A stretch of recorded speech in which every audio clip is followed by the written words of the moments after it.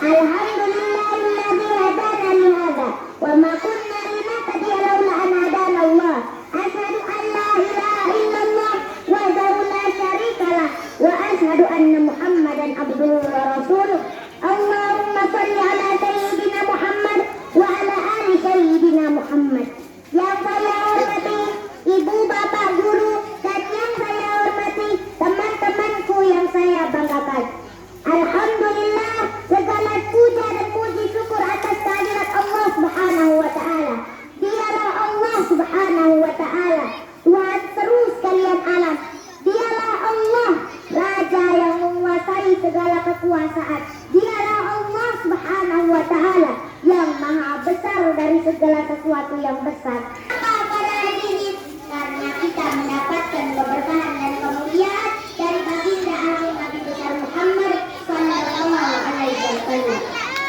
Rasulullah, seorang manusia yang jarang tidur sepanjang malam untuk beribadah, takut kepada nikmatnya Allah. Rasulullah, khairul khalqillah, khairul wasa wa taqwa. Rasulullah makhluk paling mulia, makhluk paling sempurna, makhluk paling suci.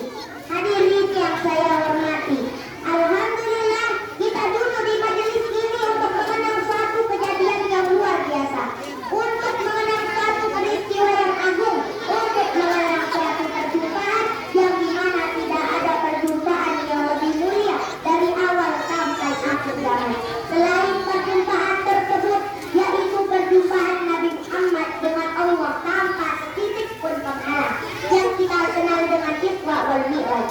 Nah, pada kesempatan yang mulia ini akan saya ceritakan sedikit saja kisah-kisah yang jarang kita tahu. Kalau umumnya kan kita sudah tahu Nabi Muhammad itu Isra dari Masjidil Haram ke Masjidil Aqsa, dari Masjidil Aqsa ke langit, berjumpa dengan para nabi sampai berjumpa dengan Allah untuk menerima satu perintah salat. Itu umumnya yang kita tahu. Ada beberapa kejadian-kejadian yang luar biasa yang jarang kita tahu, yang berkaitan dengan Isra wal Mi'raj Nabi Muhammad sallallahu alaihi wasallam. Hadirin yang saya hormati, Isra wal Mi'raj Nabi Muhammad sallallahu alaihi wasallam pada tahun itu adalah Amul Wujud. Pada tahun itu adalah tahun kesedihan bagi Nabi Muhammad. Kenapa tahun itu dinamakan tahun kesedihan? Karena di tahun yang sama istri yang Nabi Muhammad cintai wafat, yaitu Sayyidatuna Khadijatul Kubra. Tangan yang Nabi cintai wafat, yaitu Abu Thalib.